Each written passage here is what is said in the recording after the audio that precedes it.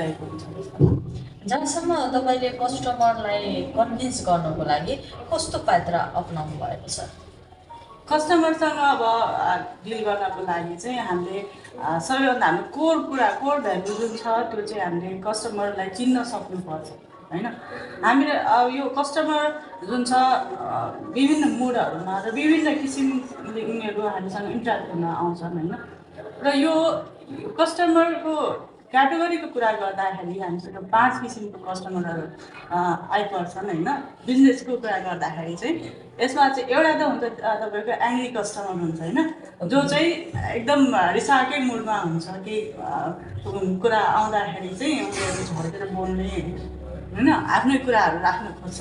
त्यसै गरी अर्को कुरा गर्दाखेरि चाहिँ साइलेन्ट कस्टमर हुन्छ, उनीहरूले चाहिँ खासै केही बोल्दैनन् होइन, तर फिडब्याक चाहिँ दिएर जान्छ होइन।